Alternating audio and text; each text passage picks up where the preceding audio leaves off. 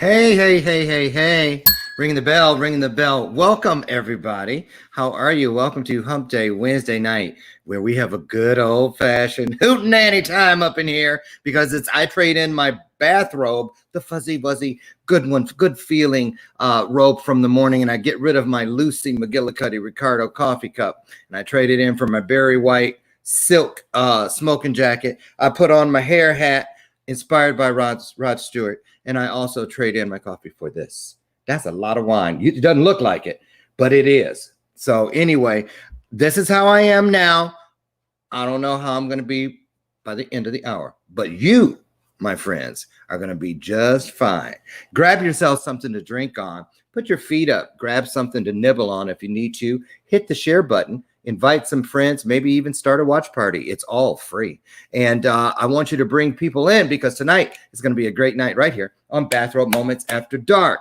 I want to say hello to all of you and hoping that you're staying safe in more than just the COVID-19 way. We've had to add another layer of protection, if you know what I mean, because of all the civil distress that's going on around the world. But you know what? We're here and we're together, and we are going to have a great time tonight. We are streaming absolutely live across the following platforms: Facebook, YouTube, Roku, Android, Amazon Fire, Apple TV, and of course from our home base out in Phoenix, Arizona. That's E360 TV Live. And I want to say the tip of my hair hat to my sponsor for tonight, all my good friends over at symposium.us, where you can turn your content into moolah, into currency. Absolutely. I have been working with the people over at Symposium for over 3 years now. I think I've done 20 some, almost 30 different things over there. And I happen to be right now, according to last month's report, their top earner. So I know what I'm talking about. And this is a time where a lot of people are looking for additional streams of income. If that's you or someone that you know, get over. It's easy. Just go to the App Store, Google Apps, and download symposium.us and look at everything that's available to you. They show you and help you turn your cell phone into a payphone, and that's not a joke. It's a reality. So thank you to my friends at symposium.us. Tonight, I'm excited because I have a guy from Hollywood here who, and I'm lucky he made it because apparently the protests are going on right outside his front door, literally. As a matter of fact, I meant to bring that footage in. Maybe I'll pull that up before we get out of here tonight. His name is Tony Boldy, not Bold Eye. Boldy, Tony Boldy. He's an actor. He hails from Michigan, right where I come from, and actually from the same area that my husband Brian grew up in, Kalamazoo, Michigan. And he is an actor. He owns an acting school. He's a producer. He's some of everything. I'm going to let him tell you. And I'm just so excited to have Tony here tonight to give us some insight, not only on what's going on right outside his front door, but what's going on in the acting industry and how has the pandemic affected what he does. He has a wonderful #1 talk show out there. I caught one, I think it was this last week, where Lou Gossett Jr. was his guest. We're going to find out how he got that platinum Rolodex, probably from being in all those different shows and movies and television and commercials. So here we are. I am going to, is he here? I'm waiting because, they always have to make an entrance. That's what people from out there in the land of, the limo. They said there's a stretch Hummer limo pulling in. I don't know where they're going to park that thing, but.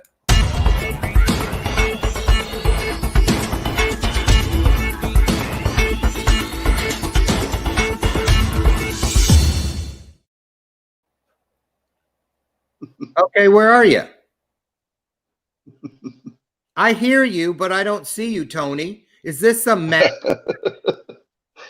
Oh, it's still blackout. Yeah. I'm going to take you out and bring you back. That was weird. How do you pull that one off? Yeah, right. Well, you can hear my voice. We're doing a radio show, I guess. Oh, you know what? I bet you're frozen and you can't come in frozen. Yep. Okay. I see you in the green room and you're frozen. All right. Come back. I tried to bring you back in. We're going to let it sit there and see if you loosen up like the Tin Man did in The Wizard of Oz and just pop up on the screen. That would suck if I have to put some photo of you up there. Oh, he disappeared. He's got to go and come back in. Oh, my husband just got home. Jake from State Farm. What are you wearing, Jake from State Farm? Luckily, you all are here to prove that I'm really on the show. Hi, honey. I don't. Oh, do you guys mind while we're waiting for the guest to come? Oh, here he is. I was going to say, do you guys mind if I ask my husband what we need to do for dinner? Because I don't have a clue. Do you want to have leftovers? There's chicken from the grill and there's steak in there too. Oh, pull out a couple of those lobsters. I'm just kidding. Hey, there you're back and live and in person. That scared me. I hate when that stuff happens. But you know, this internet highway is bumper to bumper nowadays. Since we have been on lockdown, everybody's resorting to the only thing available to most, and that is this. So, Tony, welcome to Bathrobe Moments After Dark. So glad you're here. And in true Hollywood style, I see you have the cameras fixed so that you can look down on the rest of us. The Hollywood way. Shot, I get it. It is the hero shot. Yeah, you run a little low. I am on a cell phone. You know, I did have to roll up in that Hummer. The only reason I came in the Hummer is because they tagged my Pinto. So, I mean, oh my God, do they still have those? You don't want to drive a Pinto. Remember when they were blowing up from getting rear-ended? Yeah, the Mustangs too, man. The gas tank was too far back. That's exactly why I ended up atop. Because I didn't like getting rear-ended. Yeah. Shut up, honey. It's Bathrobe Moments After Dark. That's only once a week I can get like that. So there you go. You guys put some love on the screen. So out of respect for you, I pulled out my Cristal. Wow. Beer mugs. These are crystal. That's beautiful. What's it? Is that water? What's in it? It's water. I've been sober 9 years. It is water, but out of respect, I pulled out the Cristal. 4, 5, 6, 7, 8, 9. You got a bell ringer for every year of sobriety. Nice going, Tony. Yeah. First of all, before we get into all the details about all these wonderful things and these accomplishments, everything that's happened to you since you left the great state of Michigan, what's going on outside your front door? Is it peaceful? I hope. Well, Saturday they took over the whole lawn, the whole street, 4 hours, just tons of people chanting. So, you know. And where do you live exactly? We're in Beverly Hills, and so they were on their way to Rodeo Drive. Of course you are. From there, well, not of course, but we've had a good journey. And then we came back, and then when the people came back, that's when they started tagging everything and breaking windows and pulling down screens and lighting Porsches on fire and lighting police. I mean, it was just crazy. Saturday was out of control. There's been a protest every single day, more than one, and it's been calm since then. But Saturday was just heart-wrenching. And then Sunday, when we saw the damage, it just breaks your heart to see your city and your town. And this is just one small sample of the world. I mean, they're protesting in every country right now. Yeah, they did it here the other night. Tore up all kinds of, I think, a bunch of businesses that had their windows and stuff broken out, even the library. Really? Yeah. You know, but there was a peaceful demonstration with a lot of college kids earlier in the day. But then in the evening we had, no, I mean here in my town, in Naperville, 2 days ago. And then later that night, the imports, kids and people from other, like down in the city of Chicago came out here to the suburbs and tore some shit up. You're so polite. You mean the hood? Well, yeah, it's pretty much it. But I mean, I can't say it was the hood taking advantage of a movement. There were a lot of people. There were mixed races that came from the city. So it wasn't just the hood. Allies of the hood were with them. Now let's get that straight. The hood's not always black. I mean, I saw some ghetto white people, some ghetto Spanish, some ghetto Asian. I mean, it's a culture, it's a community, it's an upbringing, it's an uneducation, it's lack of money. I mean, we can go down the political rabbit hole. Right. But again, I want to clarify, it's definitely not a black-white thing, and not at all. Unfortunate that somehow it's turned into a black-white thing. It is just bad versus good, evil versus, pure. And so I'm doing my best to support the truth and follow the light and have fun. And like I said to you earlier in the green room, I try not to preach. I do teach young kids, but I find when I make films and TV shows, if we make them laugh, you can actually tell a little bit of truth to them, right? You can explain your perspective if you lighten up the mood. But you come at somebody hard, they're going to protect themselves. They're going to close up. They're going to be like this. Yeah, you got to be you got to be able to communicate, and communication is both sides being able to say what they need to say. I And once agree. you cut that off and it's my way or the highway, you're going to have this. And this is what's going on. You have people that are finally, they've been locked up for 4 months with COVID. This was inevitable no matter what the catalyst was. And unfortunately, the catalyst was what it was. And that's, Mm. I mean, it's not the first one. We all know that. It's been going on forever and ever and ever. Well, that's And that's again, I don't want to go down this rabbit hole, but yeah, it's at my front door right now. Literally, they're marching all around Beverly Hills and West well, Hollywood, etc. we're praying for resolution and safety across the board, across the country, and we'll just have to wait and see. But we all have an opportunity to contribute to what is better by being better. Don't look for the example. Be the example. That's what I always say. And I do a lot with kids myself, so I know what you're talking about. So let's go back to the very beginning. What year was it that you packed up your Pinto and took off for just like the Beverly Hillbillies? And we headed dinner day. Now listen to a story about a boy named Tony. So you packed up. I originally left in 1989. I came out here, I think I was 21 years old. And I did about 6 months and ended up in Tustin, which is, down towards Orange County. And it's a totally different experience than Hollywood. And I wasn't liking it. My mom became the chairman of board of trustees at Western Michigan University. I said, well, maybe I should go back and get my college degree. So I went back in 90, spent 10 years back there running nightclubs and just learning life and having fun. And back here in the Midwest? A lot of memories. Yeah, Kalamazoo. So you went out and then you came back. Yeah, I wanted a college degree. My mom was the chairman of the board of trustees. It seemed like a good time to go back to school. Yeah, it probably was free. It wasn't free. I did have a scholarship though. It was I was training to go to West Point, and then I decided one day maybe I don't want to kill people, and then I grew my hair out and decided. You grew your hair out? Yeah, many times. Oh, was that this time? Oh, you were ready for that. Yeah, you better believe I was, and I'm just getting started. And I just want is this when you were roommates with Billy Ray Cyrus? You need Stevie Gordy? I heard you guys were the Mullet Brothers. No, you are very funny. This is going to be a fun show. I can tell already. No, you know, but this picture, it seems like I saw you in something looking like this. Did you do any work with this look?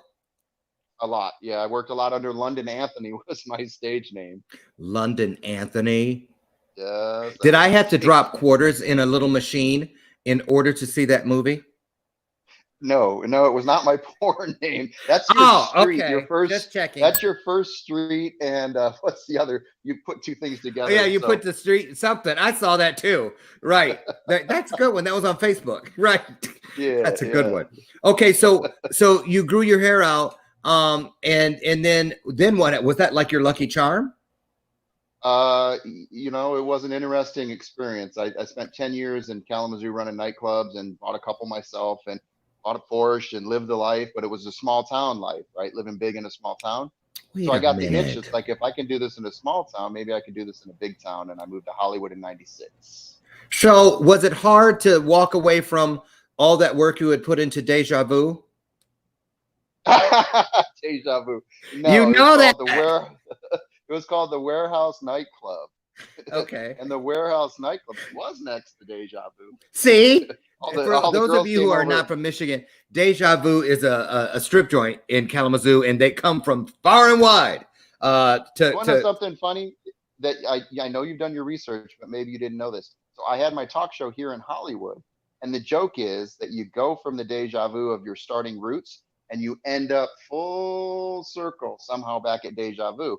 Well, my studio, WCOBM, was literally next door to Deja Vu. You had to walk through Deja Vu to go to the studio on Hollywood and Vine. And so every morning I'm bringing these major celebrities like Lou Gossett Jr. through Deja Vu in order to get into my studio. To get in. Have the mayor. And I'm like, does this bother you guys? They're like, no. They've been to seedier places, trust me. So they're like, I was here last night. What the hell? No. You're right. Yeah, so you're No, go ahead. I was going to say my co-host for a year was Pat O'Brien, the famous Pat O'Brien from E! Entertainment and from the Olympics. Oh yeah, Pat O'Brien.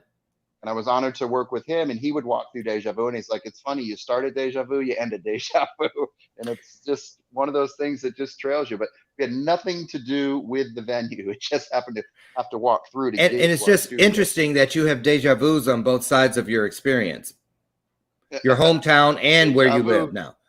Deja vus in your listen world. To the name of your, Hmm? Listen to the name of your talk show. Listen to the name of my talk show. I know. Tell them, what's the name of yours?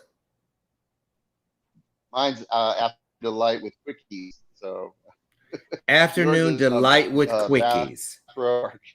The only thing missing from that title is happy endings. Get it? Okay, there we go. A little delay, endings. But that's okay. You went to school in Kalamazoo. I get it. Well, we got to remember, I'm an acting teacher, right? And my youngest student's 6, and my oldest is 80. Wow. And I have 10-year-olds, 12-year-olds, 14-year-olds, 16-year-olds, 17-year-olds, 20-year-olds, and 21-year-olds. So out of respect, I'm doing the best I can. Well, this is they shouldn't be watching this. Line. Yeah, they got to be 18 or older to watch the show. We have a filter on the show. I'm lying. Okay. We don't. But so as long as they don't type any cuss words in, I'm good. So listen, I found out that you actually, and I knew this was going to be true, but I knew you wouldn't want to talk about it. I talked to a couple of your family members, believe it or not, and they said he will deny that it's him. But I found your family provided some footage to me to show of when you first got started as just a little one. And I actually, believe it or not, remember both of these commercials. So everybody, take a look at this. This is you're in for a real treat. Trust me. Your first one was this one. Oh, and not everybody remembers this. Do you know who that is? Let's see. I'm waiting for it to pop up. This stuff. Some cereal. It's supposed to be good for you. Do you try it? Try it. You try it. Mikey. Yes, absolutely right. Mikey. So that was. We'll talk about what that was like when you first started, Mikey. And I know you're going to deny it, but this is the one this is my favorite. And you should have won a daytime Emmy or whatever that award is for commercials. You really should have won for this one, because I will take to the grave as my favorite commercial of all time. All time. 30 years ago, we changed the way America makes chicken.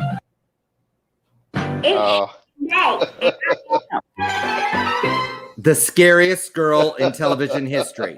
That's who that was. And your mother, what was up with her putting you in that ugly wig? And what happened to your front teeth? I'm kidding. Of course that wasn't you.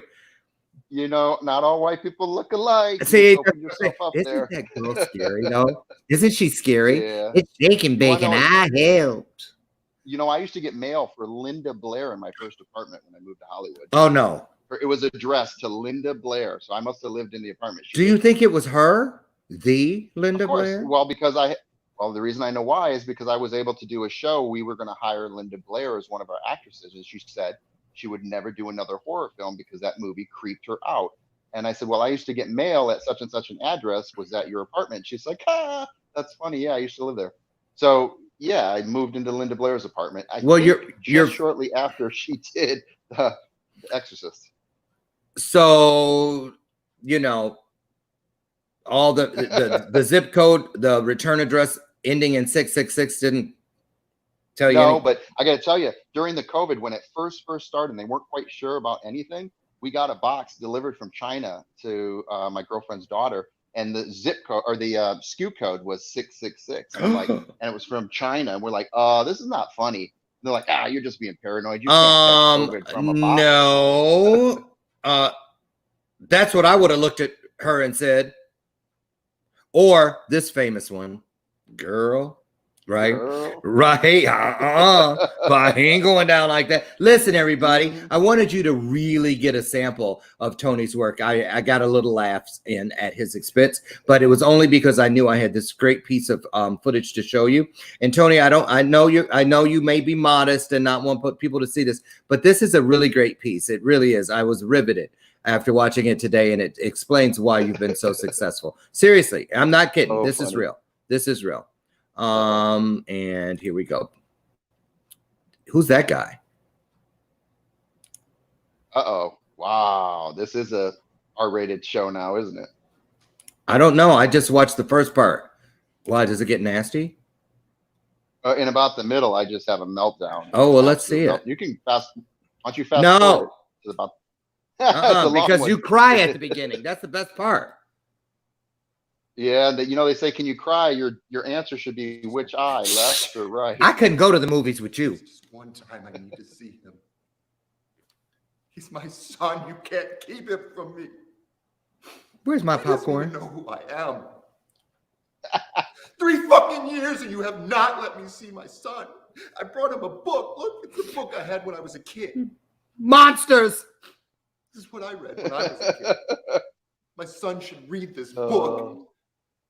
I made him a YouTube video of me reading this book to him. Just please let me see my son. Wait. You just opened the fucking door. Ooh. Just open the fucking door! Yeah. That's my son! I need to see my fucking son! Ooh. God damn it! Chills. You cannot keep him from me!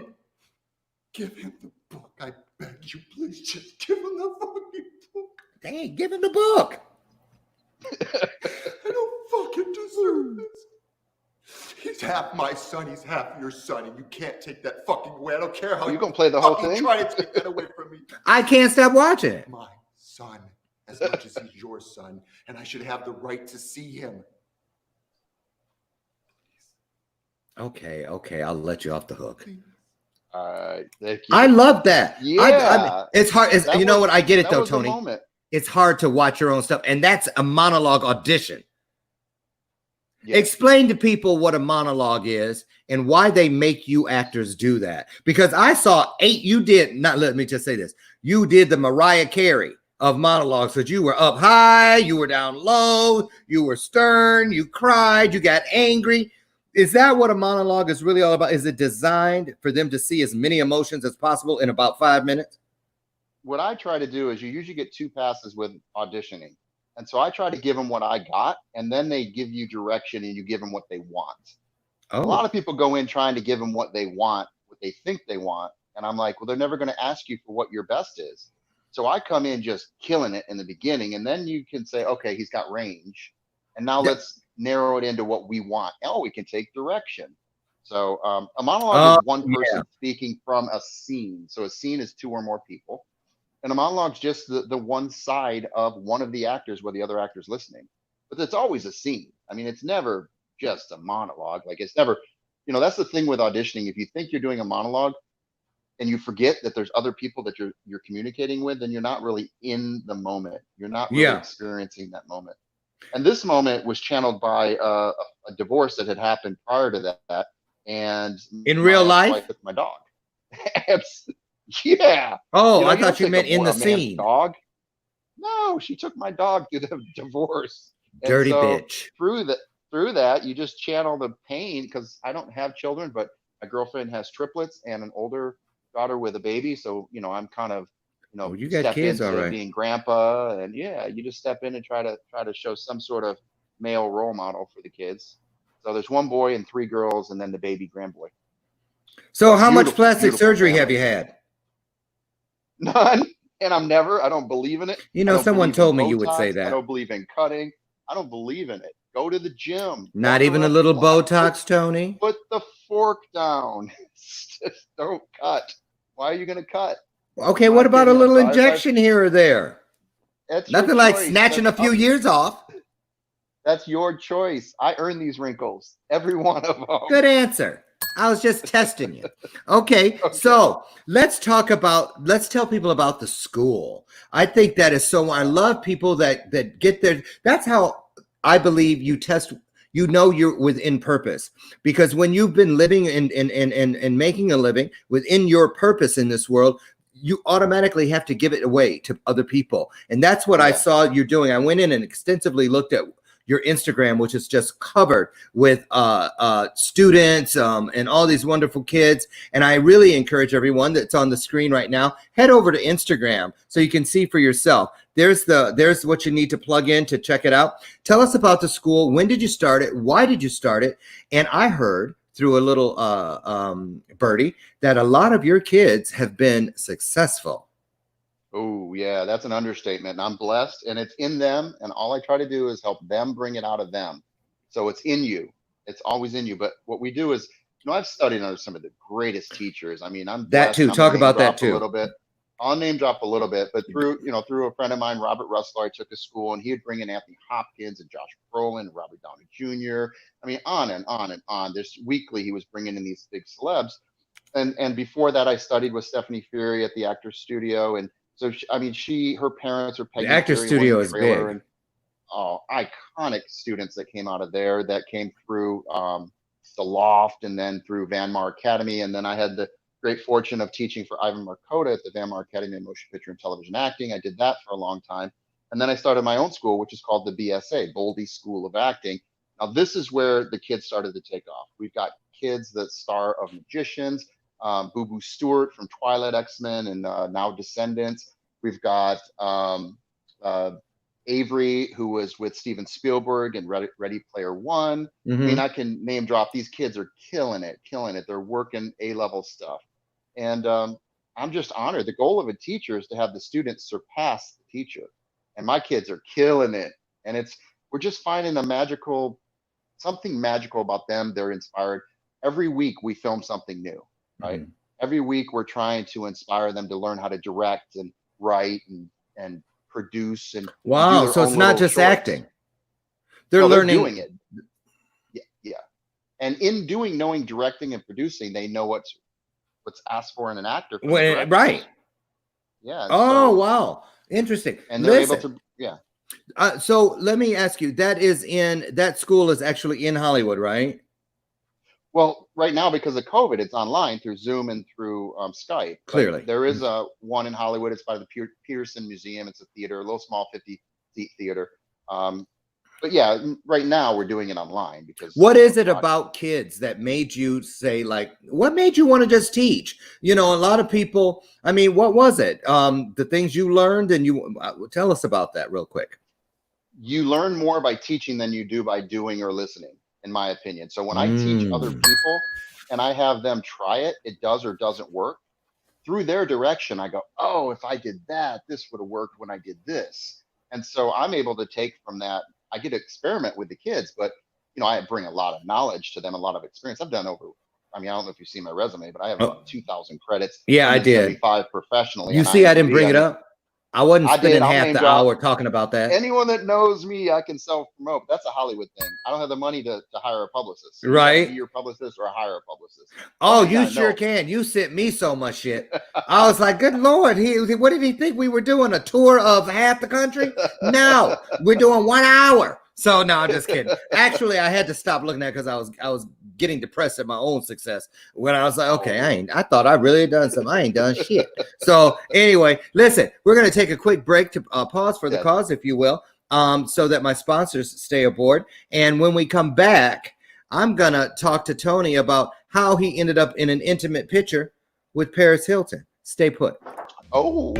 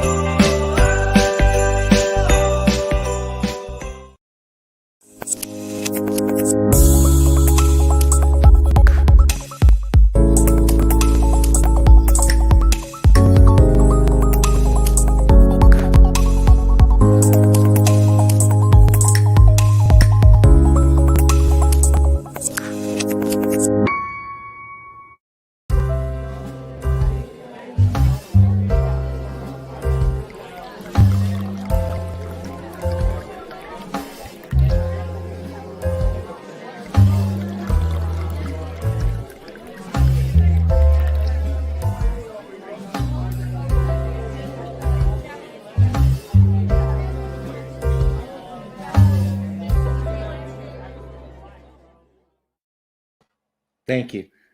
Oh, that waiter, he tried to hurry up and leave after he poured theirs. Trick no good. You better get over here. So anyway, okay. So yeah, I promised you guys that when we came back from break, I was going to make Tony, well, I didn't really say make, but I was going to ask Tony to talk about capitalizing on a what are they doing out there? A protest. Yeah. You're going to answer my questions, you see? I'm just, how was that for an audition? You're hired. I am? Yeah, I don't know what we're filming, but you're hired for it. You know what's funny? I got to tell you, the military that's here, right? The National Guard. Oh, so yeah, they were here too. Well, they're doing a good job at kind of calming down the people that are kind of over the top, because this is an emotional experience. It is. So they're just showing a presence, like, okay, go ahead, do what you got to do, but keep it down. So I walked by him, and there's this little kid in the tank. It's just a tank. It's a badass tank. And in the tank in there, and in the tank, he's in the driver's seat, and I'm thinking, is this some dad's kid just going to work with him? Yeah. So I say to the other guys, I say, can I approach? They're like, yeah. I'm like, how old's that kid in there? And the kid pops out, and he's like, I'm 21. And I'm like, you look 16. And he looks at me like I insulted him or something. Well, and I'm like, no. In Hollywood, that's a compliment. And they're like, what are you talking about? I said, well, I'm a producer in Hollywood, and you can get discovered just drive into Hollywood. And he's like, what are you talking about? And then his buddies are razzing him, and he said, give him a card. I said, you know what? He's a good-looking 21-year-old kid fighting for our country. He knows how to do these type of military movies. Oh, he was really in the military.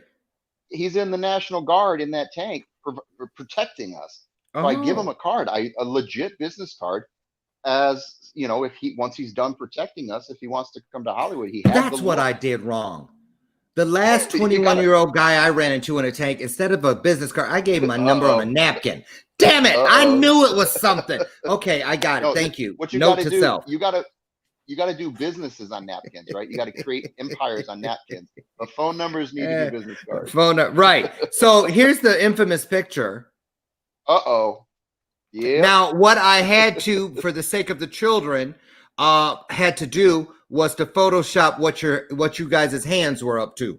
So can you explain this? Look at you. I'm kidding. Absolutely, 100%. But no, I do want to tell you, I've known Paris and her family and Kathy Hilton, Rick Hilton, for well over 20 plus years through a company I DJ for, Good Times Entertainment, through Scott Christopher. And we've had the good fortune of doing all of her holiday parties, birthday parties, weddings. And that was Paris. Her weddings? How many has she had? Not her whole family. Oh, okay. Keeping up there. All the clearly. Yeah, the family. And so what we were doing there is I'm the first one to ever publicly play her album. And so we were doing a photo shoot for her album release. Oh, I didn't know she had one. I'll have to dig that up. Oh, she's good. Wait till you listen to her work. Listen, I heard a rumor that she is like one of the top DJs in the world. She is. $2 million for 2 hours of work. Yeah. Is that why we haven't seen her in a while? She has a nightclub in Phoenix, in Vegas, right? Is that still open? Oh, yeah. I mean, she travels the world, making $2 million for 2 hours, showing up, DJing, and she's a great DJ. How did she learn how to be a DJ? I don't know. She watched me for 20 years, but I don't know. Maybe I think her dad hired, or somebody hired, one of the best DJs to teach her, but she's naturally gifted. She is really, really talented. So she's not playing around. It's not all pre-recorded. She's mixing, she's picking, she's killing it. So she definitely knows fashion. She knows perfume. She knows music. She's now. How old is Paris now? But I don't know her age. And if I did, I couldn't give it to you. You know how the actors. I'm Googling. Hollywood. Alexa, how old is Paris Hilton? Forever 21. There you go. 39. Yeah. So did we freeze up? Do I need to go out? You did. You froze up, and I got another picture on there. Why don't you pop out and come back? Look at that. I'll make up a story to go with this. That tells you how quickly you better get back. If you're not back in 3 seconds, I'm going to make up my own story to go with this. You talk about a monologue. Ugh. Okay. Let's see how I can do it. Here we go. This photo was actually taken outside of Tammy Faye Baker's jail cell in the mid-'80s during a conjugal visit. Okay, I'm done. Told you about that wine. I'll tell you what. I know I got some people listening. Like we got Sharon from Australia. What I She said? listens to every You know one what of I my said? shows. What's that? Oh, you froze, and that's a great picture. I wish I could do a Aw. screenshot. Maybe I can. Oh. Nope, I'm on the wrong computer. I'm doing Here, a tabletop book called Frozen, Okay. and it's a collection of all the people that have frozen on my screens over the years. You need to update your software then. Who? No, it's not mine. Yes. It's theirs. I'm hardwired in. Okay. Straight I'm on a direct. cell phone. Welcome to technology. That's what They I'm say saying. cell That's phones are why. more- Now, let me tell you what the narrative for this. My take on this was it's obvious. Clearly, you. Oh no, I gotta wait for him to come back. He tried to run away. Can you guys believe it? Hold on, let me get this on. Hi, it's just us. How are you guys? Oh, those Hollywood people. You can barely get a word in edgewise. Don't tell him I said that. Anyway, take a sip on your. Okay, here we go. Is he back? Okay, he's back. Shh. All right, sorry about that. So you having fun? I'm going to keep it this way. I'm going to keep it like a real cell phone and see if that helps. Okay, that's fine. So my guess was this picture was taken right outside of some California penal institution as you were visiting Tammy Faye Baker on one of her impromptu conjugal visits. Am I close? You're so close. That was probably the last I ever drank alcohol. To be honest. This here? Oh, yeah. Tammy You want Faye to know why? Baker. I hear. You want to know why that's that? Do you see the backdrop behind it? L.A. Yeah. I was drinking that day red wine, which I enjoyed. And after this interview, the second we were done, I turned around to walk away, and I fell over on that backdrop and pulled the whole thing down. You didn't. With all those people out there? Yes, the red carpet, the backdrop, the whole thing in front of all of Hollywood.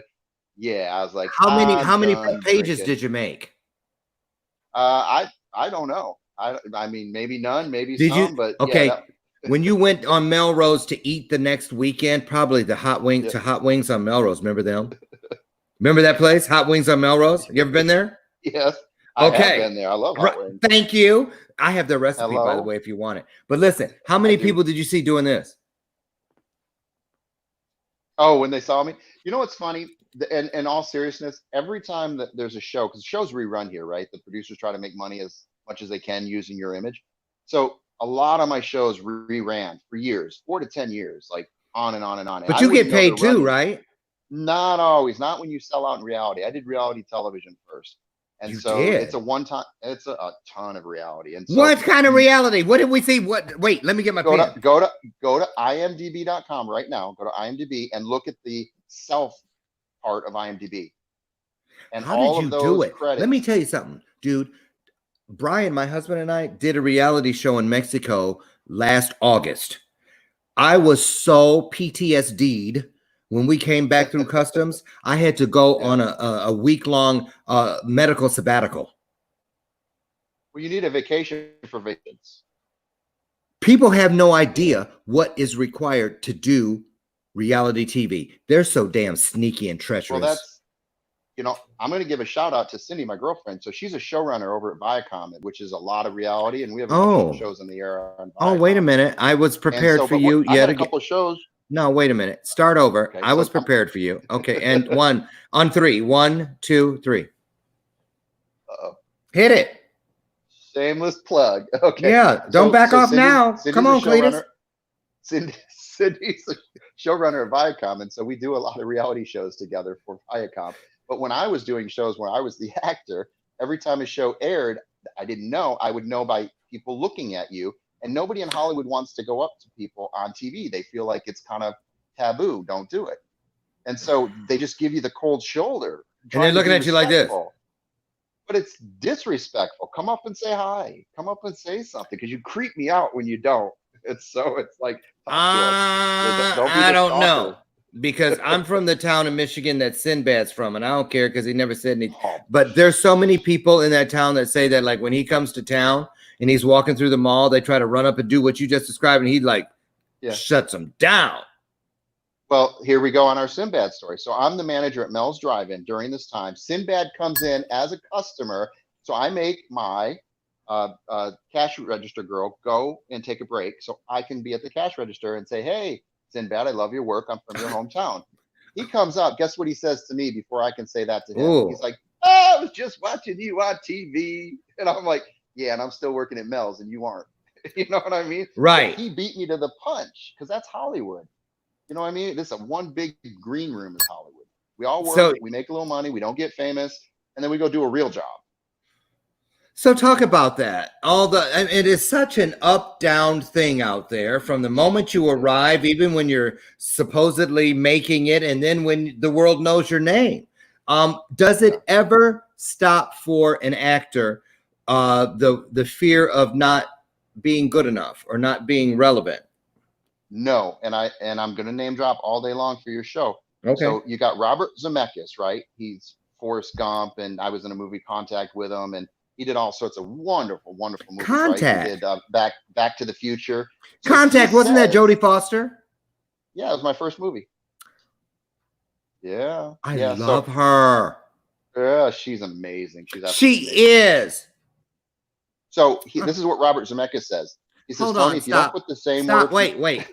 I'm still in Jodie Foster. I need to do this. Let me cool off. Oh, she's amazing. Lord. Yeah. Okay, go ahead. She's so sweet. You're amazing. I'm over it. So, I'm over it. So Robert said, Bob, he goes by Bob. Robert said, who? Tony, if you Zemeckis, the director of Back to the Future, Oh, Forrest Gump. okay. Yeah, Hi, Bob. Hi, Bob. So he says, if you don't put the same energy you put into your first film with success, you're not going to have the same success. You never, ever know what the public's going to buy. And Hollywood flops all the time, and they have big hits all the time, and nobody knows. You just put as much love into making it and promoting it as you can, and don't ever assume your film's going to be a hit. So this is called show business, and the business is the most important part of show. So you got to do the business side, which means take your money, put it into a business, make your money from your business. Don't spend the money from your shows. That goes too quick. But if you invest it in the business, you live off the business. And that's what I teach at my school as well. The business side as well. No, that's the most important. I was going to say, if you don't believe me, you can't ask him because he's not alive anymore. But if Gary Coleman could have went to your school, he might have died with a little bit of money in his pocket. Yeah. I'm just saying. Well, look at MC Hammer. He gave all his money to his friends. He loved his friends. He lined his Dang, I pool didn't in know gold. that. He lined his pool in gold. He gave Doggone everything it. he had away. He's a preacher now, so he's good, but he's not rich. Right. But But- because he didn't understand the business But side. I guarantee you, he's still got a pair of hammer pants stashed away that he's going to sell to somebody on eBay one day. I think we all do somewhere. No, we don't. Let's get that clear right here. Listen, I just want to put a disclaimer out there for everybody who's still watching and those who will watch. You know what this looked like at the beginning. Now you see what it. Yeah. Anyway, here's the crystal I'm beer not mug responsible. that my aunt gave me. I love that thing. You know, It looks funny really 'cause, good you know, on when camera. we were young. I got a couple questions as we are Yeah. now approaching the last 15 minutes, which is the final round, the final lap of tonight's show. 2 words. Tell me if it really exists or is it some vicious rumor / hold on. What? Oh, urban myth. I couldn't come up with it, but the wine did. The 2 words I'm speaking of are casting couch. Is that a real thing? And have you sat on it, laid on it, done anything on it? I have never had a casting couch, been on a casting couch, been around a casting couch. But if you've watched the news in the last couple of years, a lot of people went down for being part of the casting couch. So it did exist. It does exist. It's horrible. It's dangerous. It's being brought down as we speak. And there's many famous people that publicly were brought down, and we all know that if we watch So there the news, was we a all real saw it. thing. Yeah, absolutely. Now, and there's also a black book too. Well, just in case you're an tomato, caramel kind of guy, let's interchange a few things. Casting couch, casting floor, yes or no? Casting chair, car, casting chair.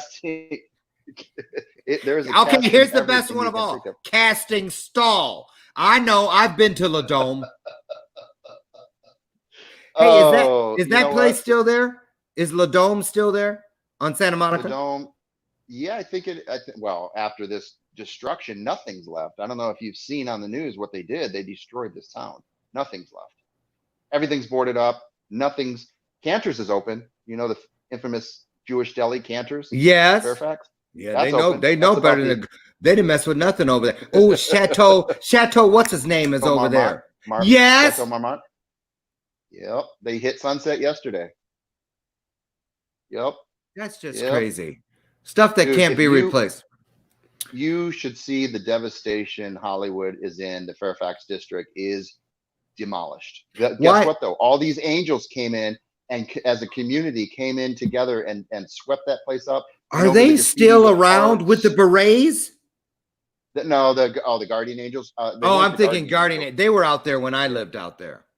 Yeah, and that's a New York thing too, an East Coast thing, but they did come out here. But just angels, just great minded. What is that? People came out and cleaned up the city.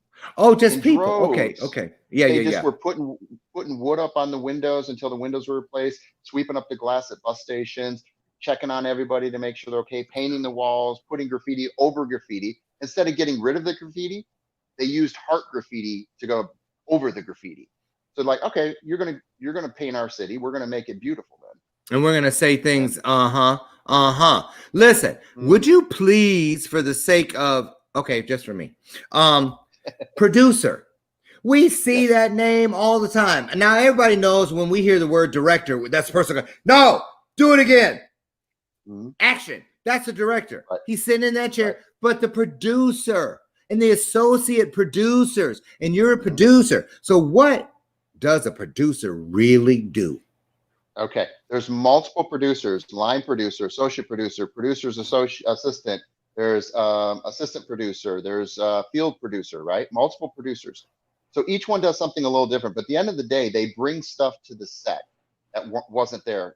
So you have an idea, and there's the executive producers that bring money and the script. There's Okay, the I don't want field that job. producers that bring the lights. Wait, and what's the camera next and one? crew. Field producers. Okay, no. Okay, keep going. They bring everything out. There's the producers that are the ones that speak when the movie gets its Academy Award at the Producers Guild or at the Academy Awards. That's a job I want. Yeah, they oversee the whole project. You want to be an executive producer. You want to kick your legs up. You have a phone in one ear and another phone in another ear. Excuse me. No need to bring up my prior life. You have a pool. I'm married now. I don't kick my legs up. Just kidding. Yeah, well. He said you kick your legs up, honey, when you're an executive producer. I was like, I don't know who you've been talking to, but you can't believe everything you'd hear. Whatever. My words. Okay, so listen. What is an associate producer? And I have a reason for asking. Okay, so a lot of times somebody's bringing a lot of stuff to the table, but they're not really established in the industry yet, but they've done so much to help out. So they get a nice little paycheck with the title associate, right? It's kind of a caveat. It's kind of showing you're moving up in the ranks, but it really is not a producer yet. But it depends on the level of movie. If it's a $300 million movie, I would take an associate producer. Well, yeah, all but day I'm long. saying It just depends on the level. You know, well, I I'll enjoy just the say producer, this. the field producing. What's that? The only reason I asked because I needed to get it from the horse's mouth. You call me a horse? I'm not kidding. Where is my paper? La la la la la. Moi just became an associate producer for a network. And I signed it and stuff, but I was like, what the hell does that mean? Thank you. So you just told me, and it fits. You know, it really don't mean shit yet. But at least you're in there. At least you're in there. Yes. If you're in a movie that went to the Cannes Film Festival or the Academy Awards and you're associate producer, take it all day long. If you're doing a $10 movie and you're associate producer, they're going to ask you to do a million things for no paycheck. And just like on a you're going to pay them. The longer your title, the less paycheck, right? We're going to make you the executive director of the da-da-da-da-da-da. Oh, yeah. Less pay. Right? Let me ask you this. Oh, wait a minute. Michael Toy has a comment. He'll kill me if I don't put it on the screen. Tony's great. MC Hammer tried to employ all of Oakland, California, because he put the money back where he came from, but too many people took advantage of him and his success, and he went bankrupt. That's true. You got to know when to hold them and when to fold them, right? Julius Mercer says, hey there, guys. I'm back. Nice hair hat. Thank you. You made my week. Julius Mercer bought my hair hat. People just act like it's not there. Aw, Lana Nash. Oh, that's a ringer. You could have took your last name off, and I would have really Lana Nash Boldy. Is she any That's my relation to mom. you? That's your my mom? the Oh, woman I love the most on this planet. oh, That's my I love her mom. too. She Thank sent me out to you. Hollywood. She started it. When she first came, she was running for Miss California. She went to San Francisco State University, I think, or University of San Francisco. Sorry, Mom, if I didn't get it right. She was a just an amazing woman that was blazing trails for women's rights back in the day. And she was the first female, I think, apprentice at GM, went off to be a bigwig at the UAW. And her best friend was the president of the AFL-CIO, big power. Then she became the chairman of the board of trustees at Western Michigan University. Amazing woman. And I've learned everything from that woman, and I'm out here doing it. So thanks, Mom. Love ya. Mama's boy. You think? There you go. Nothing wrong with that. I had 22 of them. So yeah. I want to tell you about this woman on the screen right now. Do you know her? Giovanna Salas? Oh, let me put on these things. I'm 53 now. So. You need to. Are you? Do. Yeah. You know her? Yeah. She's the owner of Heart of Hollywood Motion Pictures. No, I know her very well, and she knows me very well. Well, she's watching, so careful what you say. What's up, girl? Yeah, and isn't she awesome?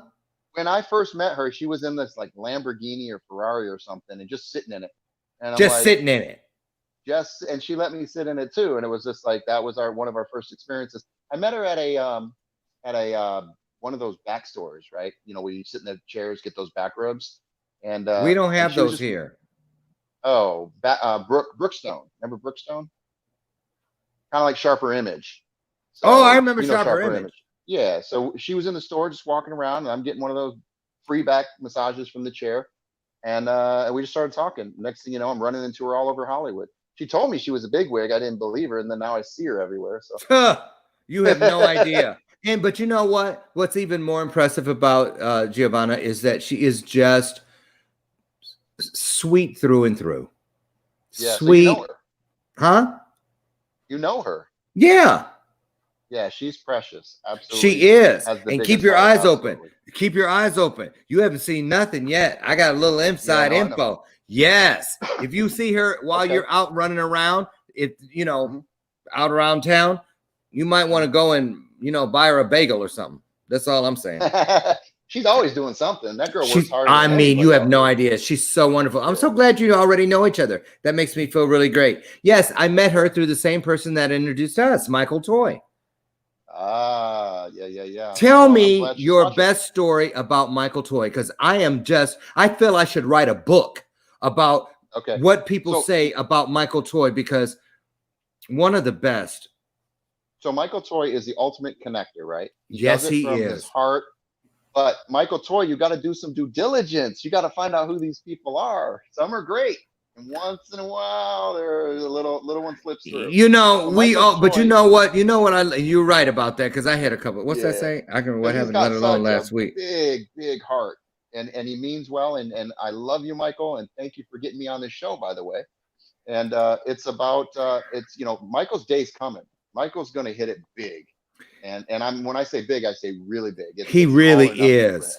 Really big. I don't even think he's human. Do you know, between you and me? I told John Q that this morning. John Q was on my show this morning.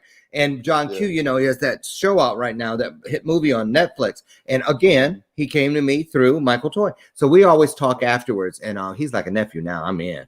He's in. Yeah, no, so Michael we both said this. I think Michael Toy is like an angel.